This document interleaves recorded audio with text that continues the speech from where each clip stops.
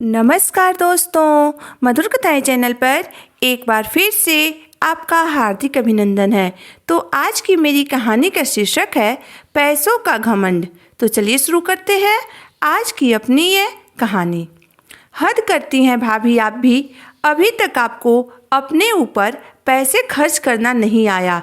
मुझे देखिए, आज मेरे पास कम से कम 10 लाख रुपए के जेवर है और कोई भी कपड़ा मैं 4-5 हज़ार से नीचे का नहीं पहनती हूँ। और इतना ही नहीं भाभी, मेरे बच्चों को भी ब्रांडेड कपड़े ही भाते हैं। प्लीज़ भाभी, आप अब मेरे लिए और मेरे बच्चों के लिए कुछ मत खरीदा कीजिए। आप मुझे पैसे ही दे दिया करिए, मैं उसमें अपने पास से और पैसे मिलाकर ब्रांडेड कपड़े खरीद लूँगी। अपने पैसे के घमंड में संजना अपने उस भाभी के आत्मसम्मान को ठेस पहुंचा रही थी जिसने उसका तब साथ दिया था जब उसके पति ने उसे धक्के मारकर ससुराल से बाहर निकाल दिया था। और उसकी माँ उसे दिन रात कोसते रहती थी और हमेशा उसे ताने देती रहती थी। संजना की बात सुनकर उसकी भाभी अंजू सिर्फ मुस्कुरा कर रह गई। उसने चुप रहने में ही अपनी भलाई समझी। यह बात अलग थी कि आज उसे संजना की बात सुनकर बहुत दुख हो रहा था। वह वहीं पास बैठी अपनी सासू माँ मालती जी को देखी, जिनकी आंखें अपनी बेटी के पैसों के अभिमान में चमक रही थी और अंजू को बहुत हीन भावना से देख रही थी। संजना अपने बच्चों के साथ अपने भतीजे के जन्मदिन पर मायके आई थी। उसकी भाभी अंजू ने अपनी सामर्थ्य के अनुसार उसे तथा उसके बच्चों को कपड़ा दिए, लेकिन संजना ने लेने से इनकार कर दिया और साथ ही साथ अपनी भाभी को अपने पैसे का घमंड दिखाने लगी। संजना अपने भैया के बच्चों को बुलाकर उनके लिए लाए कपड़े उन्हें देने लगी। साथ ही साथ वह कपड़े भी जो उसकी भाभी ने उसके बच्चों के लिए दिए थे। वह अंजू के बच्चों से बोली, निधि, नेहाल, यह लो, बुआ के राज में तुम लोग भी ब्रांडेड कपड़े पहन लो, वरना तुम्हारे मम्मी पापा के पास इतने पैसे कहाँ हैं कि तुम लोगों को इतने महंगे कपड़े दिला सके। भैया की कमाई से घर का खर्च चल जाता है, वही बहुत है। निधि और निहाल अपने बुआ की बात सुनकर हैरान हो गए। निहाल अभी छोटा था, इसलिए वह कुछ नहीं बोला, लेकिन निधि से बुआ की बात सहन नहीं हुआ तो वह बोल पड़ी, बुआ जी, मेरे मम्मी पापा भले ही हमें ब्रांडेड और महंगे कपड़े नहीं दिलाते हैं, लेकिन उनका प्यार हमारे लिए 100% ब्रांडेड और सबसे महंगा है, जो शायद आपके पास नहीं है बुआ। निधि कुछ और बोलने वाली थी, लेकिन तभी उसकी दादी मालती जी उसे डांटते हुए बोली, आजकल तेरी जुबान कुछ ज़्यादा चलने लगी है। मेरे सामने ही तुम मेरी बेटी का अपमान कर रही है।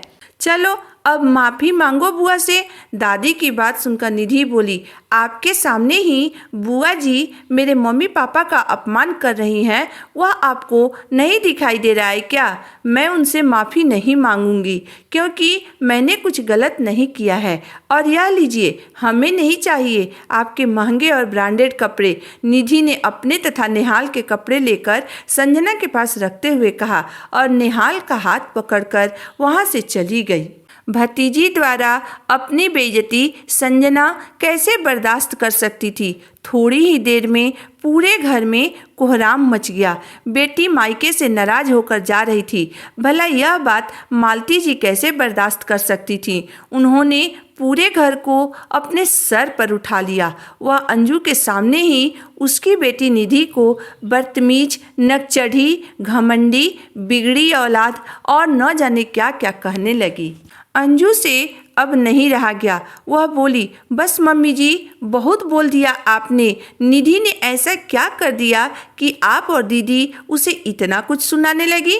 अंजू की बात सुनकर मालती जी चीखते हुए बोली, अरे इसी ने इन बच्चों को सिखाया होगा, वरना इनकी क्या मजाल जो मेरी बेटी को आंख उठाकर भी देख सके। मालती जी अपनी छाती पीट पीट कर चिल्लाए जा रही थी। अंजू एक बार फिर बोली, बस मम्मी जी, बहुत बोल दिया आपने और दीदी ने। जिस पैसे का घमंड दीदी मुझे दिखा रही हैं, मत भूलिएगा कि वह मेरी देन है, वरना आप आज यहीं मायके में अपने भाई के टुकड़ों पर पल रही होती। इंसान को कभी भी अपना बुरा वक्त और बुरे वक्त में साथ देने वाले को नहीं भूलना चाहिए। इतने सालों तक आप अपना ससुराल छोड़कर यहाँ मायके में अपने भाई के टुकड़ों पर पल रही थी और आपकी यही माँ दिन रात आपको कोसती रहती थी कि मेरे सर पर आकर बैठ गई है, आपको देखना तक नहीं चाहती थी। लेकिन मैंने हमेशा आपका साथ दिया। मैंने आपके और जीजा जी के बीच सुलह करवाई और मेरे ही समझाने पर जीजा जी आपको अपने घर ले गए, वरना जिस तरह आप जीजा जी और उनके घर वालों से लड़ झगड़ कर और उनकी इज्जत को अपने पैरों तले कुचल कर आई थी और अपने ही शान में बैठी थी कि जब तक जीजा जी आपसे माफ़ी नहीं मांगेंगे तब तक आप ससुराल वापस नहीं जाएंगी। तब मैंने ही जीजा जी को समझाया था कि वह अपने बच्चों को देखें और बेकार की जिद छोड़ दे। मेरे बहुत समझाने पर जीजा जी समझ पाए थे और आप दोनों का रिश्ता सही हो पाया था और इसलिए आज आप पैसों के बिस्तर पर लौट रही हैं। इतना सब कुछ करने के बाद भी आप मुझे और मेरे बच्चों को ही अपने पैसों का घमंड दिखाने लगी। काश आप ब्रांडेड और महंगे कपड़ों की जगह अपने रिश्तों में ईमानदारी दिखाई होती तो कितना अच्छा लगता, परंतु आप दोनों माँ बेटी का प्यार केवल पैसों पर टिका हुआ है। बेटी के पैसों को देखकर माँ जी की भी सुर बदल गई है। इतना कहते कहते उसके आंखों से आंसू बहने लगे और उसका गला रूंध गया। फिर वह बोली, ज़्यादा अहंकार अच्छा नहीं होता है दीदी, और पैसों का तो बिल्कुल भी नहीं, क्योंकि पैसा बालू के रेत की तरह होता है, कब हाथ से फिसल जाए पता ही नहीं चलता है। और हाँ दीदी, एक बात और, आप अपने ब्रांडेड और महंगे कपड़े अपने ब्रांडेड घर में ही पहनिएगा। इस गरीब भाभी के घर दिखाने के लिए मत आइएगा, क्योंकि मेरी औकात न ब्रांडेड पहनने की है और न देने की। इसलिए अच्छा यही होगा कि आप हम लोगों से कोई रिश्ता ही न रखें, वरना समाज में आपकी इज्जत घट जाएगी। अंजू ने ननद के सामने हाथ जोड़ते हुए कहा और अपने कमरे में चली गई। मालती जी और संजना अंजू की बात सुनकर दंग रह गई। संजना अपने ससुराल वापस चली गई, यह कहकर कि वह कभी मायके वापस नहीं आएगी, क्योंकि वह अपनी बेइज्जती बर्दाश्त नहीं कर सकती है। जब शाम को अंजू का पति अजय ऑफिस से घर आया तो देखा कि उसकी माँ रो रही है। उसने पूछा, क्या हुआ माँ, आप रो क्यों रही हैं? उसकी माँ बोली, बेटा, संजना इतने प्यार से तुम सब लोगों के लिए ब्रांडेड कपड़े लाई थी, लेकिन तुम्हारी पत्नी और बेटी ने मेरी मासूम सी बच्ची के साथ इतनी बदतमीजी की कि मेरी बेटी यहाँ से रोकर वापस अपने ससुराल गई है। तेरी पत्नी ने तो यहाँ तक कह दिया कि अब वह दोबारा इस घर में न आए। अपनी माँ की बात सुनकर अजय गुस्से से आग बबूला हो गया। उसने तुरंत अपनी पत्नी और बच्चों को आवाज़ लगाई और अपने पास बुलाकर पूछा, बच्चों, बुआ के साथ आप लोगों ने बदतमीजी क्यों की? बच्चों ने जो सच था वह बिना किसी डर के अपने पापा से बोल दिया। अपने बच्चों के मुंह से सच्चाई सुनकर अजय ने अपनी माँ से कहा, क्यों माँ, क्या गलती है मेरे बच्चों की और पत्नी की जो आप इस तरह से बैठकर रो रही हैं और मुझे भड़काने की कोशिश कर रही हैं? माँ, भले ही हम ब्रांडेड कपड़े नहीं पहनते हैं, लेकिन आप बताइए, क्या आपको कभी किसी चीज़ की कोई कमी होने दी है? माँ, आप संजना से फ़ोन करके कह दीजिए कि इस घर पर उसका भी उतना ही अधिकार है जितना कि मेरा है। हमारे दिल और घर के दरवाजे हमेशा उसके लिए खुले हैं। वह जब चाहे तब यहाँ आ सकती है, लेकिन अपने पैसे और ब्रांडेड कपड़ों का घमंड अपने तक ही रखे, हमें न सुनाए।